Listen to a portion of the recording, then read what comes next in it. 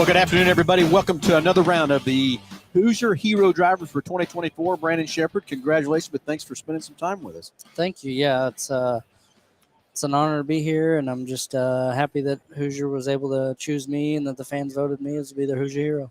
I don't know why they wouldn't. Let's put it that way. Love watching you on TV and stuff like that. And, you're I don't know how to describe your late model driving, which you do, but you got to just be out of control all the time, aren't you? Every once in a while, Try not to be, right? Most of the time, I try to make it look the best I can, but some places, especially coming up here, we're going to the Dome in St. Louis there, and that place is just so small that sometimes that's the way you got to drive. You got to drive out of control and make it look the best you can, I guess. So you're not going to have some big motor in there either for the Dome, do you? Or well, we don't really have any small motors, so I can tell you one thing: it's way too much for the size of the track for sure. But we make the most out of it. So anyway, Brandon Shepard drives a late model, and you've been running the World Outlaw Series. What all are you going to run for 24? We're going to run a series. We haven't really committed to Lucas or World of Outlaws yet, but okay. We're going to run one of the series, and we're going to, hit and miss and do a little bit of testing and just, run the races that make the most sense for us and where we think we can make some money at. And, and then, of course, run one of the series and just hopefully we can have a solid year like we did again this year and learn a lot and just do a good job for Longhorn and all of our sponsors. So how was 2023? It's not as good as where I wanted to be for sure. We didn't have as many wins as I'd like to. But at the end of the day, I think we had 6 wins that were 20,000 or up. Good. So I think we had good quality wins. We just need to improve the amount of wins in the win column. So talk about your car a little bit. It's a dirt late model, weighs 2,300 pounds. Oh, it's 2,300. 24. Yeah. Oh, so I thought he was up higher in the weight on that deal. Motor's around 900.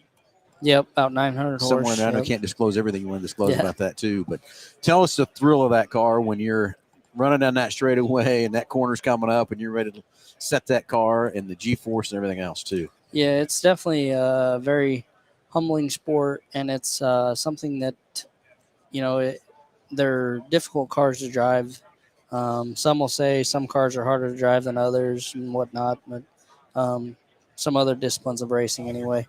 But overall, I'm so used to them now that they, I can tell the difference between one or the other. But at the end of the day, they all drive really good. And, for me, it's just the amount of work and passion that we put into the sport to have the satisfaction of being able to sit behind a really good race car and feel what it's like and just be the guy that gets to hold onto the wheel is it's really awesome for me. So you got a favorite track? Man, I got a lot of favorite tracks. It's hard to name one, but obviously Fairbury and Farmer City are high up on my list. Those places you can't argue with how Fairbury races or how Farmer City races. Back in Illinois, also tracks that I kind of grew up racing on, so that helps too. And then, but I think outside of Illinois, Cedar Lake Speedway up in Wisconsin, New Richmond, Wisconsin, that place is, man, it's awesome. That's and it puts on a good show, and the fan base there is pretty awesome too. So let's talk about reading the dirt. Do you really, for our people that are watching and listening, you really got to read the dirt, don't you? Or are you actually track before you go, and then are you just running on a field for knowing where to go, high, low, middle, or whatever? I mean, you do to a certain extent when you get out there, but, throughout the night, the track changes so much. And, I mean, we go to places that slow down 4 or 5 seconds throughout the night. Yep. And then we go to tracks that only slow down at night. So just being able to walk track and knowing, when the line changes or when the slick moves up or down or, just paying attention to how slick the track's getting and how slow it's getting is a big deal in our sport for sure. And, it helps to have good people and good crew behind you so that, you don't have to worry about the car or you don't have to worry about the track. Everybody can kind of help each other in all the aspects of it to put together a full night. And that's the hardest part is putting together a full night. You guy can qualify fast time every night, but if he don't run good in the top heat. 3 in the feature or good in the heat and don't put himself in position for the feature, then he's hard holding it out of it. Yeah, exactly. So how many crew run with you? How many guys you have working on the car at the track? I know there's probably a lot of people in the shop, but what about at the track? Yeah, this year we'll have 3 guys with us at all times, not including me. So 4 of you running through the through their parts. So everybody's got their certain job probably too, right? Yeah, for sure. At the end of the day, we all help each other, but yeah, we have a certain job For each for guy. each one. But at the end of the day, whatever needs done, they all pitch in and do. But yeah, so Yeah. So let's talk tires. Of course, we're here for Hoosier and everything else too. Uh, t- New tires, whatever. How we look? What are you thinking of the tires? Where we at? I think we're in a good position right now. Honestly, last year they announced a new tire rule that was a national late model tire across all the tracks throughout the country, and a lot of people didn't agree. A lot of people thought it wouldn't work just because the compounds were different. Like when we would go to a Charlotte or a southern racetrack where we would normally run an open style tire. Now we run these national late model tires, and the patterns are different, and the construction of the tire is different. So it's definitely thrown us for a curve a little bit as far as setups go.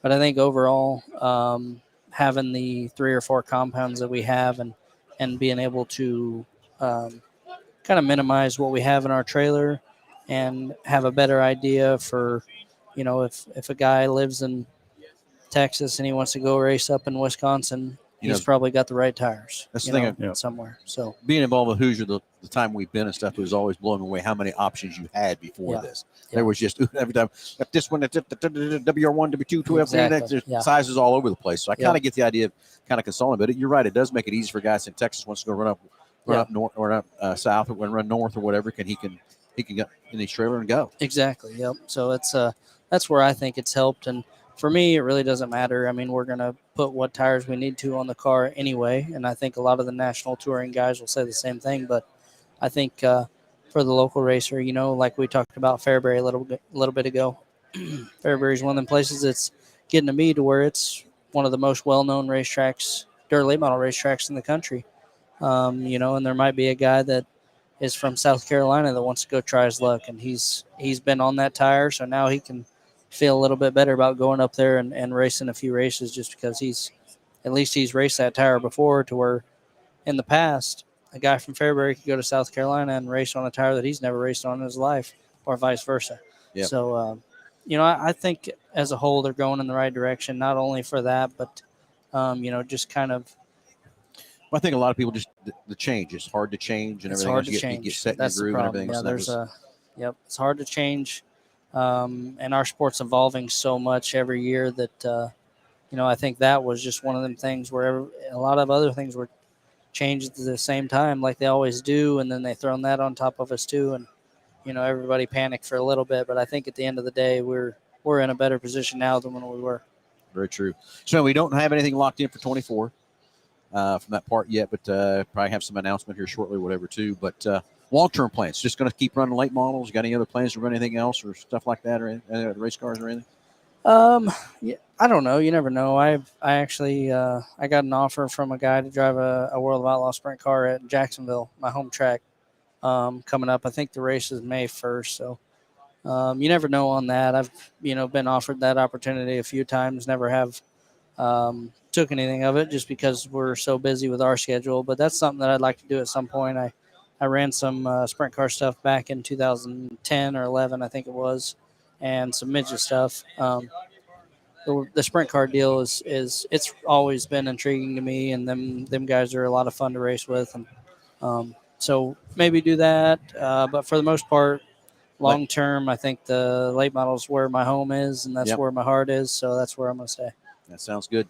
Anyway, Nick, what's next on our list of questions for Brandon? So for 2024, you're going to be the house driver for Longhorn Chassis. Yep. You've been in a Longhorn for the past couple of years since you started driving your own stuff again. Yep. But what does being the Longhorn house driver now what kind of resources and what kind of advantages does that help you and your team with for going into the future? It's going to be awesome for me. I've been in the position for a long time where I, help out the customers and just be, a good ambassador for the brand. And now to be that for Longhorn Chassis instead of Rocket Chassis where I was before, it's really cool for me to know that somebody can, put that kind of faith in me and I've always been one that's, not afraid to help somebody and, to put the information out there so that, I like to, from a chassis manufacturer standpoint, you got to have your customers have that faith in you that you'll lead them in the right direction anyway, right? So for Steve Arpin and John and Paul Leach to put that faith in me, to be that person for them, it means the world to me. And it's one of my great opportunities that I've had in my career that I don't know why they keep coming, but they keep coming. And I'm very fortunate. Well, I and very think there's a thankful for it. reason. Yeah.